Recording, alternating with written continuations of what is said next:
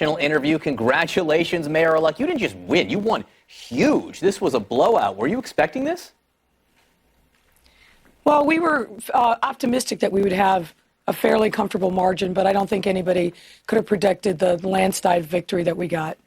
And we talk about firsts. You had a double dose of firsts. You're the first black woman to be elected mayor of Chicago, and you will be the first gay mayor of Chicago. Has that reality set in? What does that mean to you? Well, you know, this is something obviously that we've been talking about in the historic nature of the election for some time.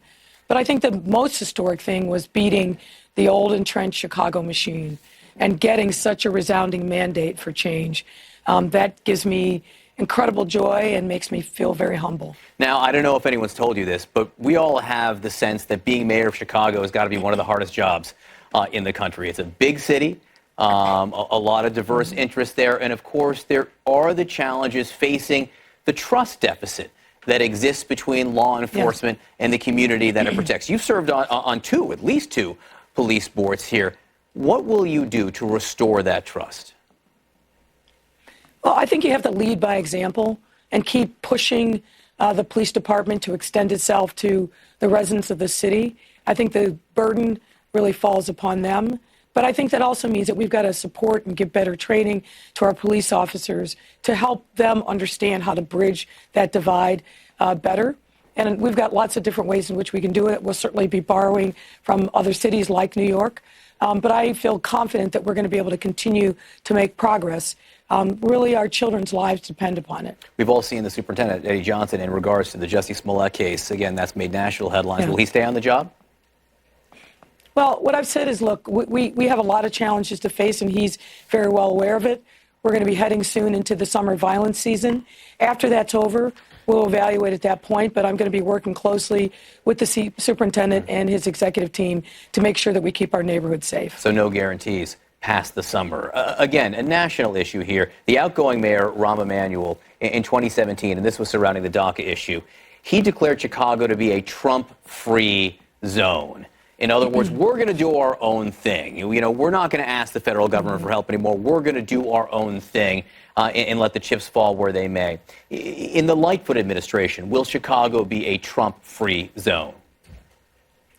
Well, look, we've got to do everything we can to speak to and protect our immigrant communities. I spoke at length about that last night. But I also want to make sure that as the city of Chicago gets its fair share of federal tax dollars. So we're going to stand strong and speak our values, and we're going to keep pushing back against hate. But I'm also going to make sure that we are treated fairly by the federal government, and that starts with making sure that we build good, strong relationships with our congressional delegation and our two senators, and building bridges where we can.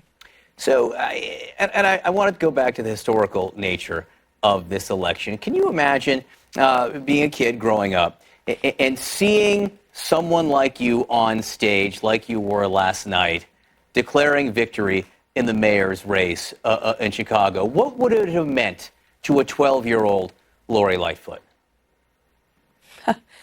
Well, it would have been a remarkable thing, and I would have been something I'd talked about with my parents and my classmates, and I hope our children are watching, and I want to make sure that I am the leader that respects the fact that kids all over the city and hopefully all over the country really understand that they can do anything that they want to do, that they set their minds to do, as long as they've got good, strong support from adults and love to support them. Mayor-elect Lori Lightfoot, congratulations on your win. Get some sleep while you can. It's a tough job. Thanks so much for being with us. Thank you very much. I appreciate it. Thank you. All right, John, we do have some breaking news right now because an American